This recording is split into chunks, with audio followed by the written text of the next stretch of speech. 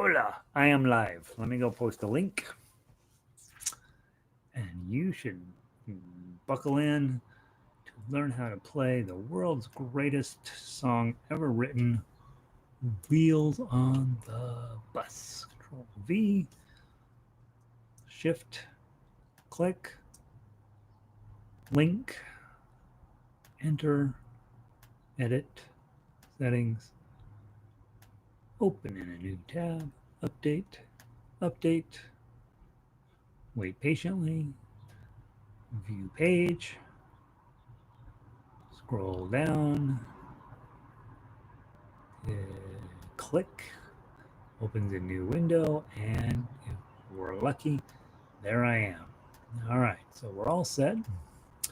And Elizabeth, you're here too. How exciting. You and I, we're going to play Wheels on the Bus. Oh, gosh. I don't know why I do this. This is one of those songs that's like, oh, you listen to. Isn't that funny? That's when you were in high school, and was it late 50s she did that? I can't remember off the top of my. I already closed it out, but it's one of those songs. It was number one. It was a big deal at the time, I think. And I love the song. I really think it's very cool. And I had forgotten how much cool underneath rhythm is in that piece. She does a really beautiful job singing it. But honestly, the rhythms underneath it are just beautiful. And I had forgotten that one of the lines in there was, going downtown and feeling the spirit of the city as a bossa nova, and it's just really, the date I saw was 67. Yeah, I think it was late 60s. Um, but just an absolutely fabulous tune, probably underrated now that I've sat and studied a little bit.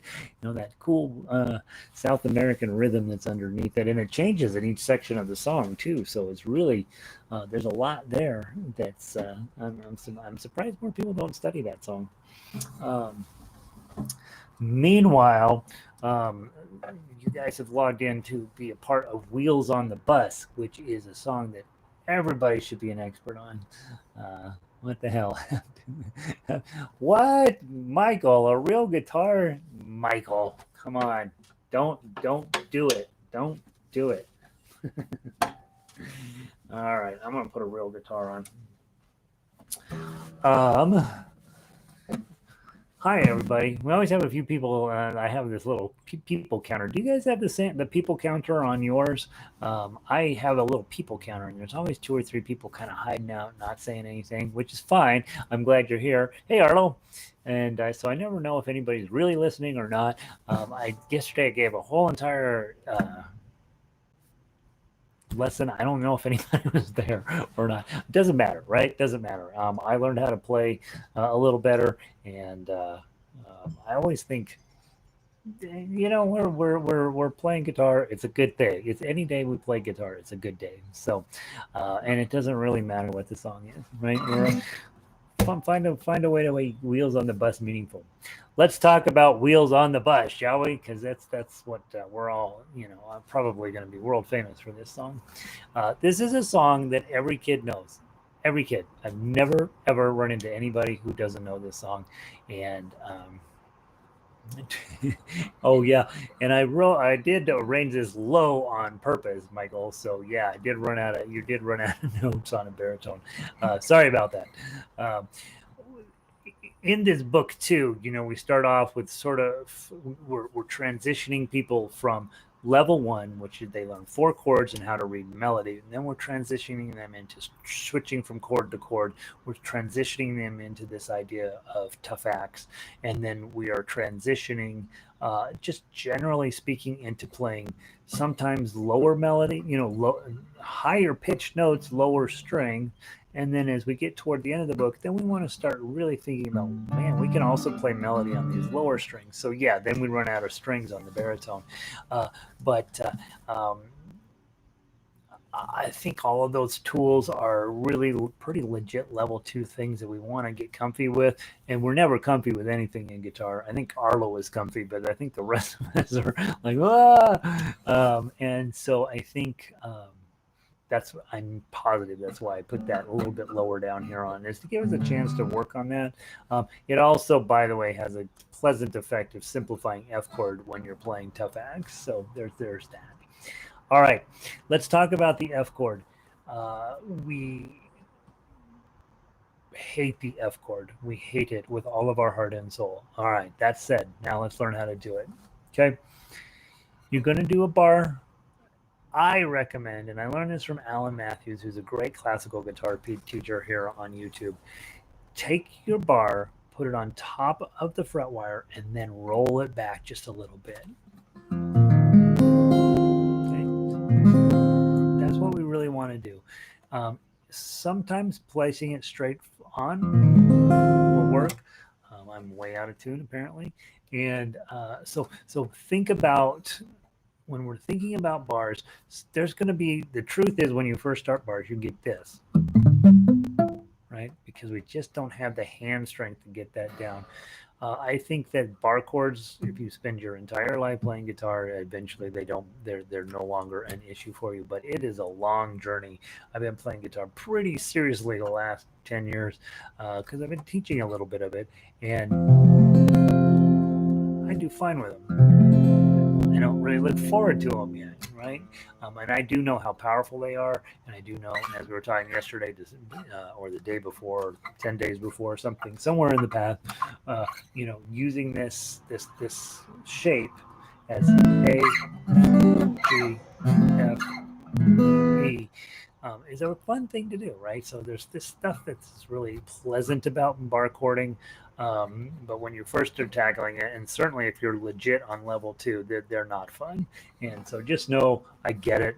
And all players, if they had to be honest, would say, yeah, I'm not positive that I really enjoy doing them either. You end up really enjoying them when you get full command, especially like on electric guitar, where you really want to play these notes further up the fretboard, and you want to get a lot of zing and a lot of punch out of a guitar. Bar chords make a lot of sense. They really can be a lot of you pound on your guitar, and you still have a lot of control over how much sound comes out, because if you hit a bar chord and then all you have to do is lift up and the sound stops, right? And so that's pretty you're in control of the music at that point, and that's kind of what we want. All right, for some reason this little guy dropped out. I think the warm weather today is causing it to be low. There we go, that's better. All right, so the bar.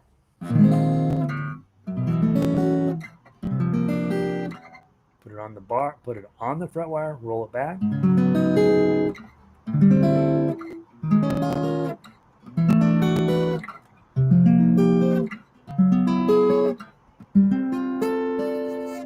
And I think that's a reasonable practice skill if you're warming up and you know you're going to be playing some bars. Just see how many strings you can hit cleanly.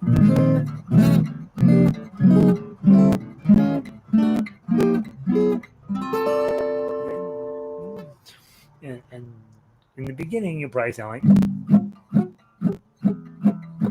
let yourself sound like that. That's okay.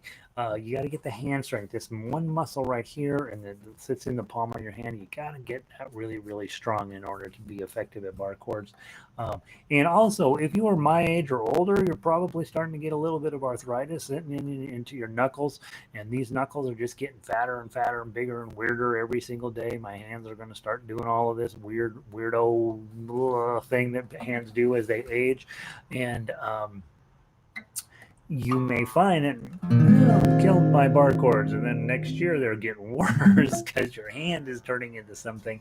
And so just know you're gonna be working on that on bars for probably the entire time you play guitar, and it's fine, right? And so just don't get too demoralized and too sad about it, because once you get it, you can play Wheels on the Bus, and that's what you want to do. Okay, so that's your bar. Then what an F chord is it's really an E chord. So if I do an E chord, but I use my middle, ring, and pinky, it's an E chord. Okay, normally we do it with these 3 fingers. Now I'm going to switch it out for these 3 fingers. And then I'm going to slide that shape up 1 and add the bar. Now I've got an F chord. Okay, and we talked earlier this week that once you have the power of bar chords in your hand, you've got a whole bunch of horsepower here, because I can take this exact same shape, slide it up to 3, and now I have a G chord. And I can slide it up 2 more, I get an A chord. Slide it up 2 more, I get a B chord. And then the high one, that's usually the highest we go, is this C chord sitting right here. You can do a D chord here, but you start to run into the guitar unless you have 14 frets to the body, right? So there's a reason. If you're going to be playing that chord, the G chord way the heck up here, you may need to get 14 frets to the body, or get the guitar with the cutout here, right? But if you're playing that chord, you're probably playing an electric guitar, and it's already got the cutout. Generally speaking, I think that that's not going to be a chord you need to do. This C chord is at 8. That could come up. Okay. The other nice thing about bar chords is that once you get comfy with it and you go buy that electric guitar, you're going to have to buy an electric guitar sooner or later. You get to play it like an electric guitar player does, which is a lot of bar chords, and you're going to slide around. F chord, C chord, F chord, whoops, C chord, B flat, C chord, and F chord. Just using the same shape, but if I was a electric guitar teacher and I had a little 8-year-old boy walk in, this is the first thing we would talk about. Get this shape and put it on 6, and put it on 8, and then go back to 1. And then I'd have him play it as hard and as fast as I could for the next 6 months.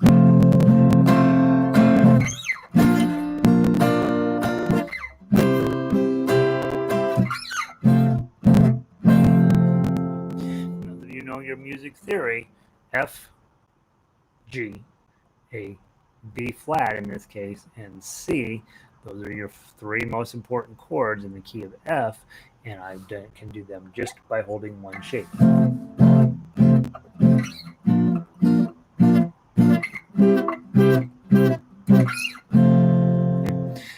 Important concept, because when you go to, I don't know, go out to a bar or a club or something, and there's all these 18-year-old boys up on the stage, and they have guitars, and they can't possibly know anything about music, and yet they're making pretty good music, and it's because they're taking advantage of this, very basic chord shape, placing it in the appropriate places on their fretboard,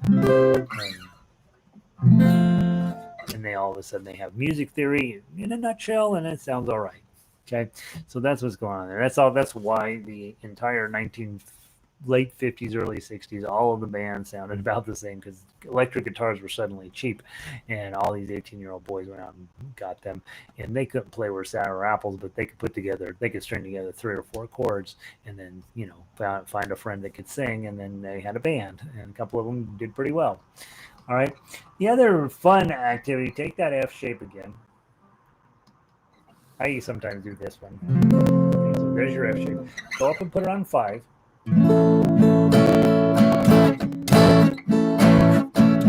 Give yourself a big, bold stroke. You can even take all 5 of these fingers. Right.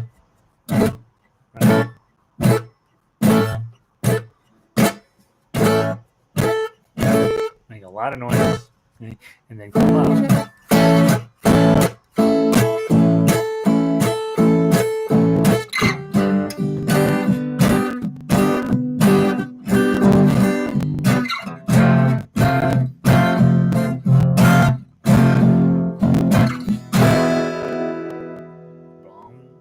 that sound cool? So you're basically taking sort of a flamenco idea. Big bar chord on A, which is the 5th fret. Big bar chord on G, which is on the 3rd fret. Another big bar chord here on 1, that's your F. And then get rid of the bar, drop it down to an E. So you've heard that riff in lots of flamenco music, and really quite a fun thing to do.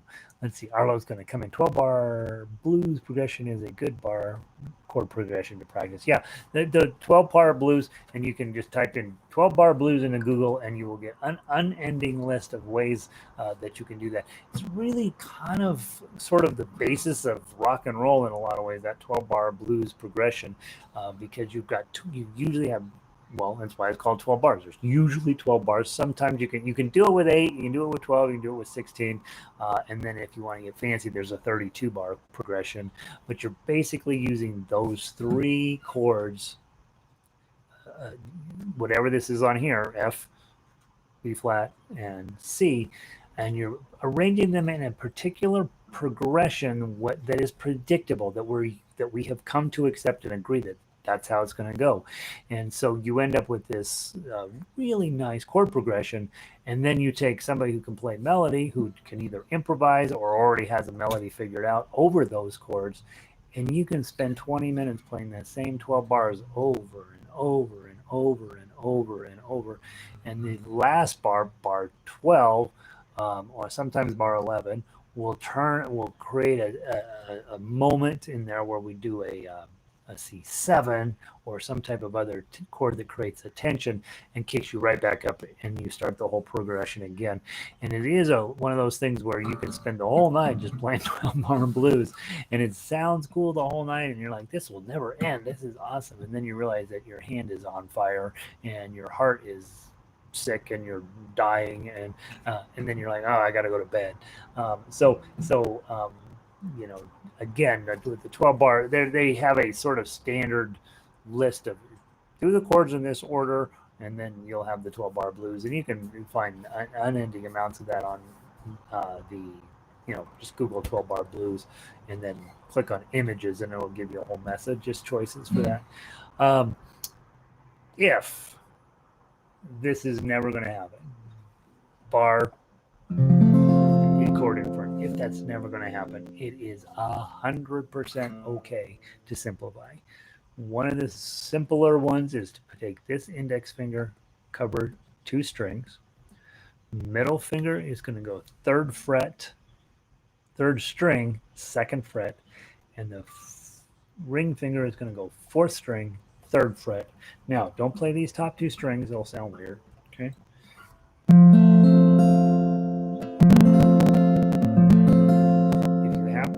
String, it's fine, but you don't really want to. That's also an F chord. Just don't hit this top string, or a bad thing will happen. Right? There's 5 strings, sounds pretty good. There's 3 strings or 4 strings, and it sounds just fine as well. And when you're playing guitar, we have 6 strings. We hardly ever need all of them, right? We don't necessarily need all of them, and so if 4 strings will get the job done, it's fine. It's not cheating. It's normal. Okay. So there's another F chord, and you will run into this F chord where you put an index finger there and leave this string open, and then middle, and then ring in a kind of a stair-step pattern there. You will see that around, but it's really an F major 7. It's a beautiful chord. It is a different chord. It creates a different feeling. You see a lot of folk players use that because they're using this G chord to get to this C chord, and then they'll put that F chord in. It's beautiful. It gets in them the F that they're looking for, with a little bit of jazz mixed into it, and and then they can go back to the C chord. So that's the other F. You'll sometimes see in certain chord charts this one with an open one. See, it's even easier to finger it, but it's just not quite it's not an F major chord. It's an F major 7th. And, yeah, a little jazz for you. Okay, now spend a lot of time talking about F chord because it's hard and because you quit guitar because of F chord. So try not to quit guitar because of F chord. Just know someday it'll come in. Okay. To get to the C chord now, we have been coming all the way up here to 8. And we could play this song this way. Let's do it just a little bit just to see how it goes. First on 1, then on 8. Okay. The wheels on the bus go round and round, round and round, round and round. The wheels on the bus go round and round, all through the town. Okay. The reason that's fun is when you are going to go crazy, right? Give yourself some sort of wonky strum pattern, either maybe a reggae thing. The wheels on the bus go round and round, round and round. That's a lot of fun, right? Making it loud. So all I'm doing is taking my fingers and shooting them out like this. And then stopping the sound with my palm. And then when I come up, the chord is actually happening from this.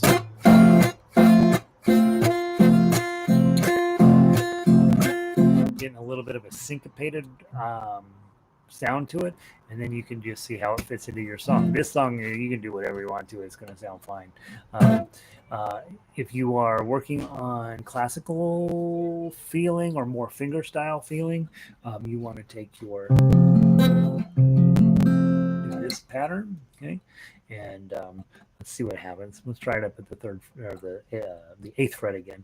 The wheels on the bus go round and round, round and round, round and round. The wheels on the bus go round and round, all through the town. Okay. Very different feelings in how you present Wheels on the Bus, right? So if you're pounding on your guitar, you can get a really cool rhythmic approach to it. If you're plucking it like that, much more sensitive and thoughtful presentation of Wheels on the Bus. Plucking just 4, the wheels on the bus go round and round. Kind of sounds like a bus going up and down, right? The wheels on the bus go round and round. Kind of a fun thing to try. I mean, I know me, and I'm kind of I like sensitive, soft stuff. The wheels on the bus go round and round. So lots and lots of choices.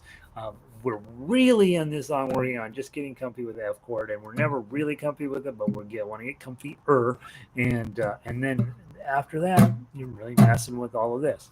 We're also talking about this F chord and this C chord being good buddies. I have that up there on the top left. Alternate C chord is all the way up there on 8, so that you can just have one shape and get this practice going back and forth. Okay, but in the song itself, when I'm setting up for fingerstyle, I've got the open notes for the C chord. So C chord, index, middle, ring. That's what we're working on there. And it's actually harder, I think, to practice going from the bar chord to the open chord to back to the bar chord. In fact, it's interesting. I just had a major tenon go, "What are you doing?" when I did that, right? So this is my tenon is now officially woken up. A little thing just shot down my arm. Oh, that's good. So what we want to do is we're gonna play the song now with bar chord going to open chord back to bar chord. So let's try that. I'm gonna just pluck it like this, okay? Not too fast.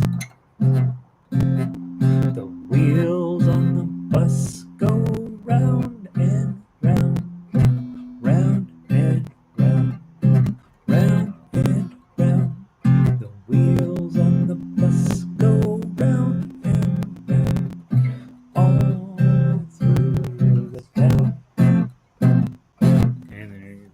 repeat it how many times? 8 times, 9 times, a whole bunch of times. If you end up playing the whole entire song if you get a video, get your phone out, put it in front of you, click record on the video player, and I want you to sing and strum all of the verses, and then Dropbox it to me. I will give you extra credit. Okay? All right, let's play the melody. As most of you guys know, I'm a horrible singer, if you hadn't figured that out yet. And so I spend a lot of time working on playing melody, because that's what I'm going to have to do in order to be a reasonable musician, is just working on melody, and playing it is much harder to do. And as Mike found out, I set this one up where it's pretty low on the overall tonality of the guitar. I wanted to have something that was way down here to play on. I absolutely could raise it up an octave, and it would be much more. It would be jump out of the guitar a little bit more, but we've done that on all of these other songs in the book, so why not try playing something on the low end of it?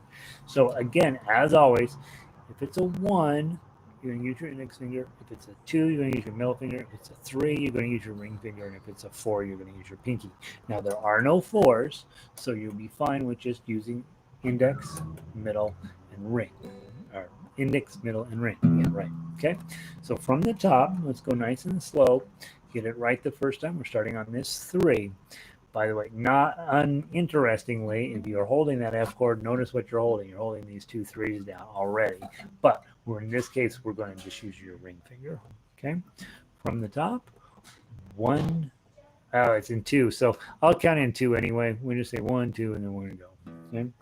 1, 2, 3, 3, 3, 3, 3, 2, 1, 2, 3. Oh, 2, 3.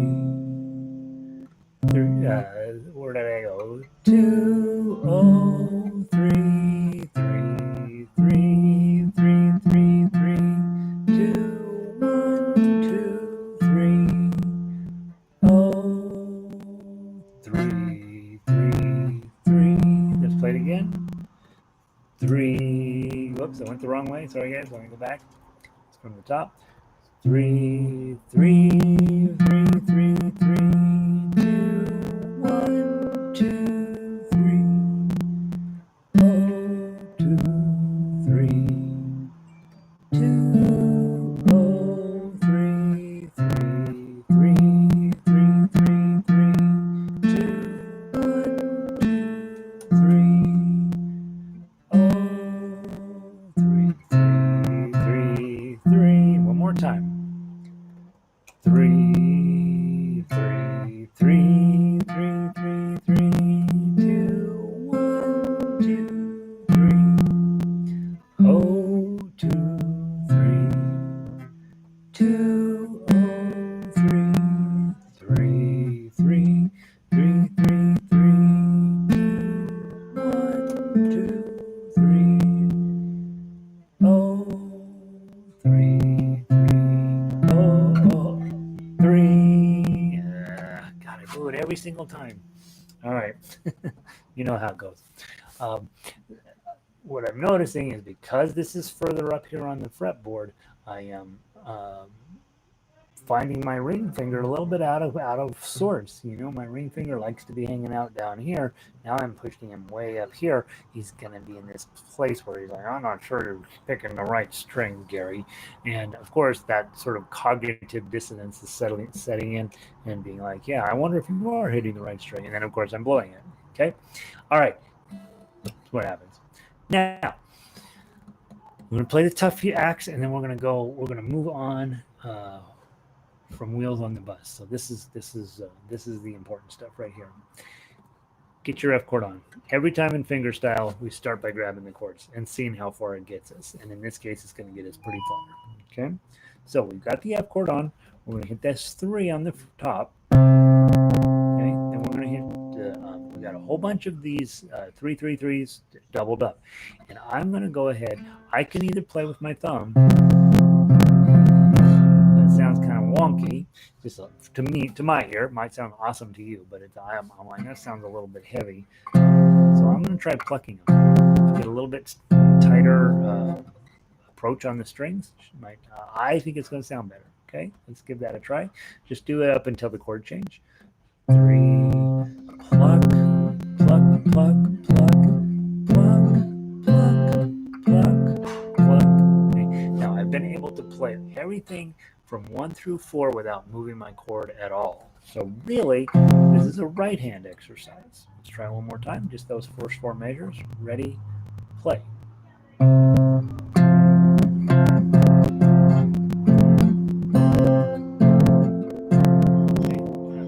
All I'm doing is plucking it with these strings. Great opportunity for you to practice the claw, practice holding an F chord, trying to get good clean sound out. That's what we're working on there. Now let's go to measure 5. Okay, and put a C chord on. Okay, same exact idea. See how far we can go. We are going to have to make, I think, we got to make one motion here to catch the right strings here, but not at this moment. Okay, so then measures 5 and 6 are both holding the C chord. Play. And then let's play. Okay,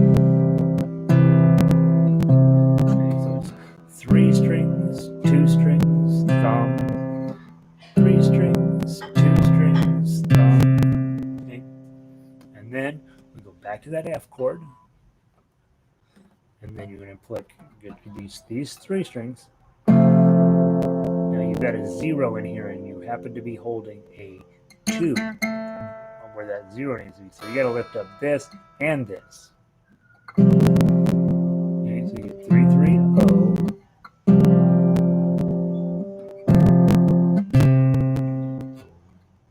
So it's round and round.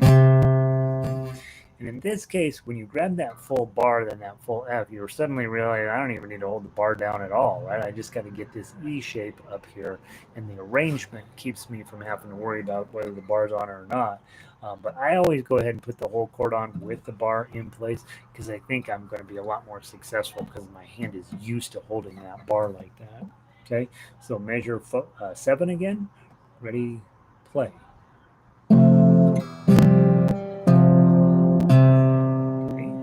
Put that bar back together, and we're going to play at measure 9.5. Ready, play.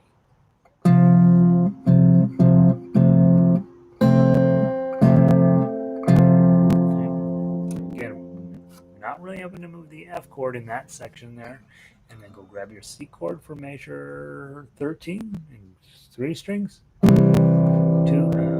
thumbs, and then get your F chord back on.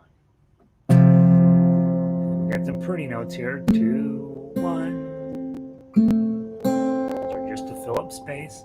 And then we're going to go 3 and go back to the top of the song. Let's play it through twice. Okay? And then that'll be enough wheels on the bus for a lifetime, probably. From the top, just play. Okay? 1, 2.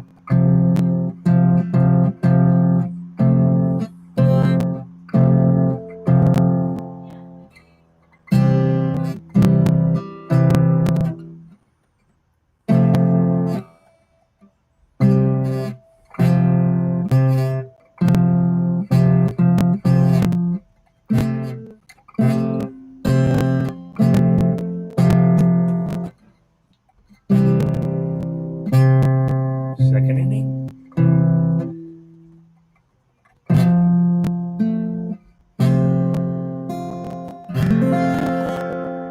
Okay. So again, it's not to get to the world's greatest version of Wheels on the Bus out of your guitar. The practice